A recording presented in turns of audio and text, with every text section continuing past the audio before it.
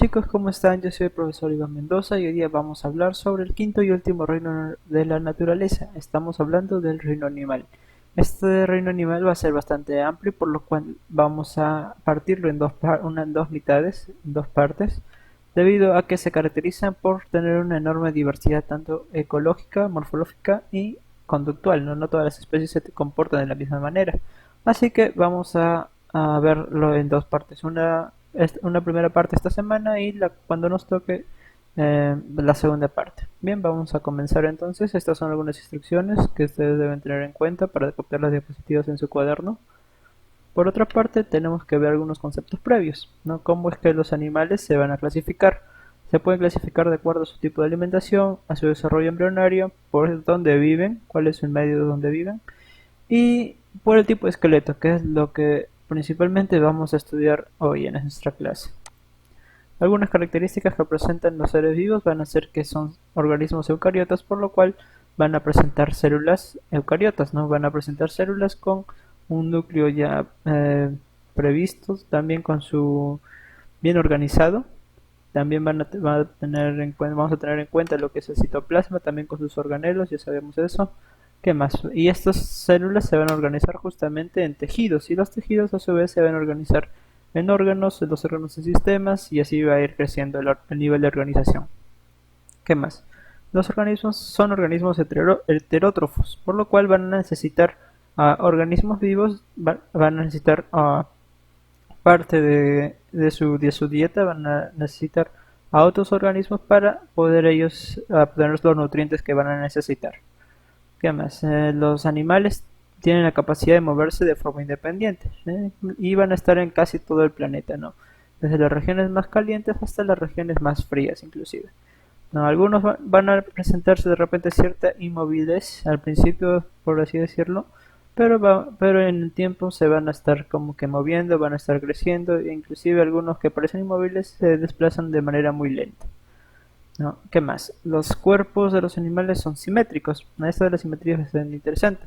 ¿No? Tú de repente te ves en el espejo y te das cuenta de que tienes justamente dos ojos, ambos que están en el lado izquierdo y derecho, tienes dos brazos, sí, ¿qué más? Tienes dos piernas, etcétera, ¿no? De igual manera, de esta forma se puede estudiar a los animales, ¿no? Tanto a mamíferos, a invertebrados, a vertebrados, etcétera.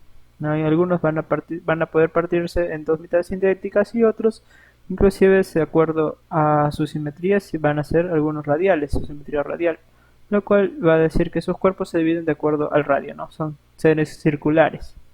O inclusive algunos son pocos, esta es una rama especial que vienen a ser los asimétricos como lo son las esponjas. O sea, Bob Esponja no es no es simétrico, pero en la realidad es más sorprendente, no es asimétrico. ¿Qué más? La mayoría de los animales, su cuerpo tiene una forma de primera fase de desarrollo, ¿no? Tienen un desarrollo embrionario, puede ser desarrollo por huevos o de repente un desarrollo dentro del vientre materno. Inclusive algunos animalitos pueden sufrir grandes transformaciones, ¿no? A través de un proceso del cual se conoce como metamorfosis. Ya puede ser la misma mariposa o lo más conocido también es la rana, ¿no? La rana y los sapos, los anfibios. Bien, en su totalidad los animales se van a reproducir de manera sexual, no van a necesitar dos gametos, pero algunos también pueden presentar partenogénesis, ¿no? Que no van a necesitar necesariamente una fecundación. ¿Qué más? El cuerpo de los animales está compuesto por colágeno. No, este colágeno va a ser bastante importante debido a que va a funcionar como una proteína estructural. En sí, el colágeno es una proteína. Eso lo vamos a ver de repente más adelante.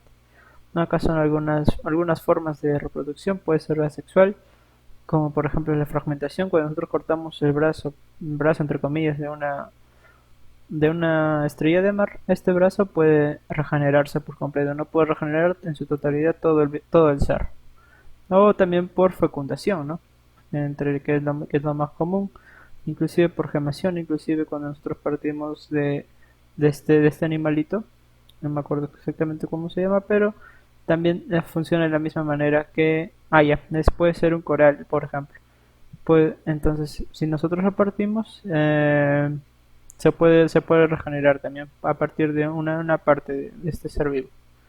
y también por fecundación interna, ¿no? Fecundación externa, fecundación interna.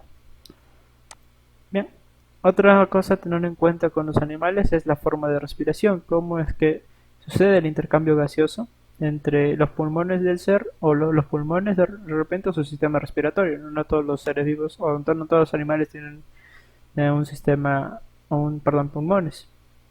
No, algunos animales pueden respirar inclusive por la piel, que es la respiración cutánea, por tráqueas, como sucede en los insectos, respiración branquial, como sucede de repente en algunos peces y en algunos moluscos, y la respiración pulmonar, que es justamente la que tenemos nosotros. ¿Qué más? Los animales van a tener una estructura receptora, ¿no? Por lo cual van a tener necesariamente el sistema nervioso, ¿no? Estas células nerviosas, este sistema nervioso va a estar por lo general en todo su cuerpo, ¿no? Para poder sentir estímulos del exterior. Pero los órganos de los sentidos de los animales van a estar por lo general en la cabeza. ¿No? Nuestros sentidos principales están en nuestra cara, ¿no? En nuestra cabeza. El gusto, el tacto también en nuestra cabeza. Tenemos el del olfato. ¿Qué más tenemos? El de la vista. Y así. Los animales se van a mover de muchas maneras, tienen muchas maneras de presentar movimiento. Algunos pueden reptar, como las serpientes, caminan, como nosotros, corren, como de repente un antílope, se deslizan. Puede ser un gusano, de repente vuelan, nadan, trepan, etcétera. Bien, ahora sí vamos con la clasificación. En esta primera parte, debido a que es bastante amplia, en sí, de verdad es bastante amplio estudiar el reino animal. No existe por ahí una rama que es la taxonomía, de repente por ahí habían escuchado. Esta taxonomía se encarga de estudiar ya tantos a los phylums, también a los grupos de diferentes especies. Pero en este caso nosotros vamos a estudiarlo de acuerdo a si son vertebrados, o se van a presentar una columna vertebral, o invertebrados, si no lo van a presentar. En esta primera parte nosotros vamos a estudiar a los invertebrados. Y a la siguiente semana o la siguiente clase cuando nos toque vamos a estudiar a los vertebrados. Entonces vamos a primero comenzar con los animales invertebrados, ¿no? Estos están desprovistos de un esqueleto óseo, o sea, no van a presentar huesos, ¿no? Invertebrados. Y algunos van a presentar algún tipo de esqueleto, entre comillas, tanto interno como externo, ¿no? Se van a reproducir mediante reproducción sexual o asexual. Y algunos van a tener ambos sexos, ¿no? De repente van a presentar gametos masculinos o gametos femeninos. Hay que resaltar que estos animales invertebrados son como que los primeros animales en existir, ¿no? De ahí fueron evolucionando y evolucionando. Entonces vamos a hablar primero de los poríferos, que justamente son más conocidos como Bob Esponja. Acá ya les pongo a un Bob Esponja. Bueno, ese es Bob Esponja ficticio, pero el real es más o menos así. No, estos tienen un aspecto de una planta, no hay que confundirlos, y viven sujetos en rocas, ¿no? Y objetos sumergidos a profundidades, o sea, viven en el mar. Su cuerpo tiene bastantes orificios o poros pequeños, ¿no? Como acá podemos apreciar. O como el mismo Bob Esponja también tiene, ¿no? Acá tiene poritos. ¿No? Estas esponjas, por lo general, si tienen por ahí una esponja de baño, justamente, bueno, antes eran sacadas de estas esponjas de mar directamente. Ahora se hace de otra manera. No, los poríferos son los invertebrados más sencillos, quiere decir que no tienen ni órganos, ni cerebro, ni sistema nervioso. No, algunas ciertas células se usan para capturar el alimento, ese tiene un mecanismo para capturar su alimento, ¿no? El cual entra como si fuera agua, absorbe el suelo, los nutrientes y luego expulsan el agua de exceso. ¿No? Algunos ejemplos de poríferos es la esponja tubular, como es justamente la que vemos acá. También vamos a tener a los celenterios, perdón. Hay dos formas de celenterios. Primero tenemos a las medusas, los cuales mueven de forma libre, no tienen movimiento libre, y los pólipos, perdón. Estos pólipos ya están fijos en un lugar, de manera similar a los poríferos. Algunos ejemplos van a ser la anémona de mar, como por ejemplo estas, los corales, que son de grandes extensiones, son bastantes, inclusive llegan a medir kilómetros, las medusas, como ya mencionamos, y los propios pólipos. No, estos son algunos ejemplos de pólipos, por ejemplo. Bien, ¿qué más vamos a tener? Adentro en este este reino animal vamos a tener a los gusanos, ¿no? Los cuales se caracterizan por tener cuerpo blando y alargado y se desplazan reptando. Vamos a clasificarlos en los anélidos, nemátodos y platelmintos. Que vamos a ver cada uno de ellos. Primero a los anélidos, ¿no? Estos son, son característicos debido a que tienen un cuerpo segmentado, como la lombriz de tierra, ¿no? Por ahí no sé si alguien habrá jugado en el jardín y habrá encontrado una lombriz, habrá visto que su cuerpo es justamente segmentado, en forma de anillos, ¿no? Y tienen simetría bilateral. ¿Qué es simetría bilateral? Si nosotros partimos, por así decirlo, con un cuchillito, lo partimos a la lombriz de tal forma que quede entre el medio y el medio, de forma bilateral. Entonces vamos a tener dos partes iguales, ¿no? En forma, si lo partimos más o menos desde acá, desde esta manera, ¿no? En forma vertical se podría decir. ¿No? Algunos normalmente viven en el mar, algunos o en lugares bastante húmedos, ¿no? Por ejemplo, el jardín, que cada cierto tiempo lo estamos regando. O sea, algunos ejemplos de análidos van a ser las lombrices de tierra o las sanguijuelas. Las sanguijuelas netamente de mar, ¿no? Viven en estanques. ¿Qué más tenemos? A los nemátodos. Algunos van a ser gusanos redondos y otros no, y no van a tener el cuerpo segmentado, ¿no? Estos gusanos van a ser redondos, no alargados, sino ahora redondos. Y no van a tener cuerpo segmentado. ¿Qué más? Tiene el cuerpo alargado, sí, y cilíndrico, con simetría bilateral también.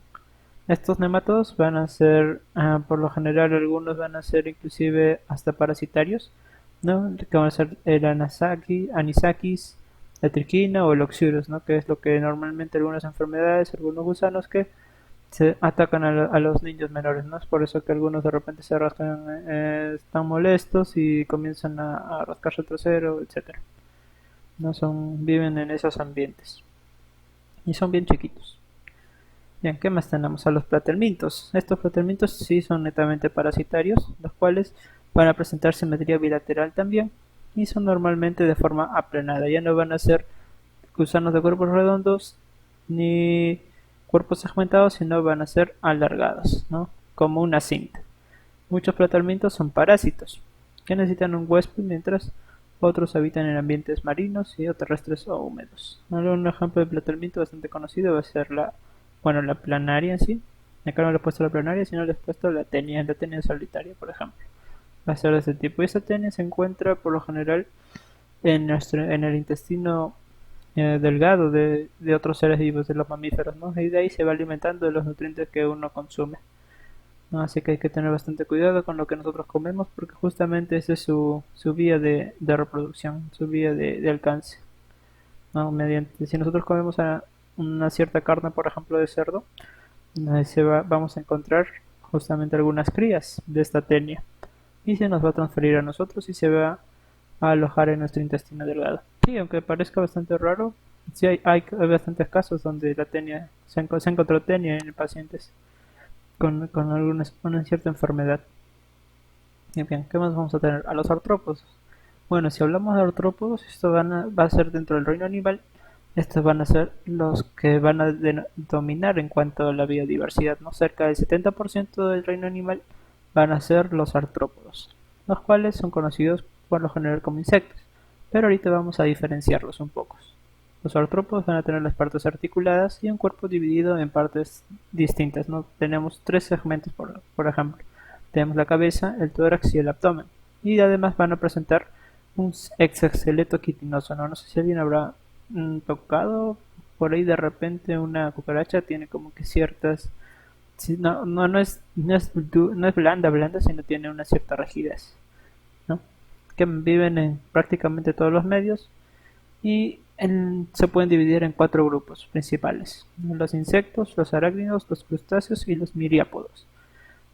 Cerca de 1.100.000 de especies registradas contienen más de 3/4 de las especies de los organismos conocidos, ¿no? Es un campo bastante amplio, ¿no? Que es el de los artrópodos, que la ciencia que los estudia es ¿cómo se llamaba? Mentología, ¿no? Bien, vamos a tener mitología, perdón, los moluscos. A los moluscos van a ser los seres invertebrados, los cuales son los más numerosos después de los artrópodos. Dentro de estos moluscos vamos a tener a bastantes representantes, ¿no? Se van a caracterizar debido a su cuerpo blando y muchas veces está protegido por una concha calcárea. Esto ya es por evolución, ¿no? Debido a que su cuerpo es bastante blando, van a generar alguna especie de protección. No son los únicos animales con un pie muscular, ¿no?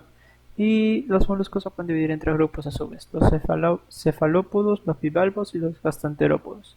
A los gasterópodos los vamos a conocer, o su representante va a ser la oruga, ¿no? Entonces esta oruga con caparazón es un caracol. Hace como una oruguita pero con caparazón el caracol. Los bivalvos, estos bivalvos también son los comemos ricos en el ceviche, que son las conchas de mar, por ejemplo. O los cefalópodos, que son justamente los pulpos, ¿no? Pulpos y calamares. ¿Qué más vamos a tener? A los equinodermos, por ejemplo. Estos equinodermos viven en el mar. Difícilmente los vamos a encontrar en el río. No, algunos van a presentar la simetría radial que mencionamos al principio. Van a tener lados bien definidos, uno en la parte inferior, donde está su boca, y otro en la parte superior, que va a ser la parte más dura, justamente que le sirve de protección. El cuerpo de la estrella de mar está dividido en 5 regiones, las cuales disponen ahí dentro de esta estrella de mar una simetría radial también. Por ejemplo, un ejemplo de equinodermos van a ser los erizos de mar, ¿no? La que tienen un cuerpo más redondo y está cubierto por algunas espías o púas como medio de protección. Algunos van a ser, bueno, en sí la estrella de mar de los equinodermos o el mismo erizo de mar, ¿no? Luego acá tenemos otros representantes: el pepino de mar, la pluma de mar, etcétera. Bien, chicos, hasta acá nos vamos a quedar en cuanto a la clasificación de los seres vivos. Yo les estoy mandando la próxima clase de continuación. Eso ha sido todo por hoy, espero que les haya gustado y hayan podido aprender algo nuevo, y nos vemos en la próxima clase. Cuídense mucho, nos vemos, bye.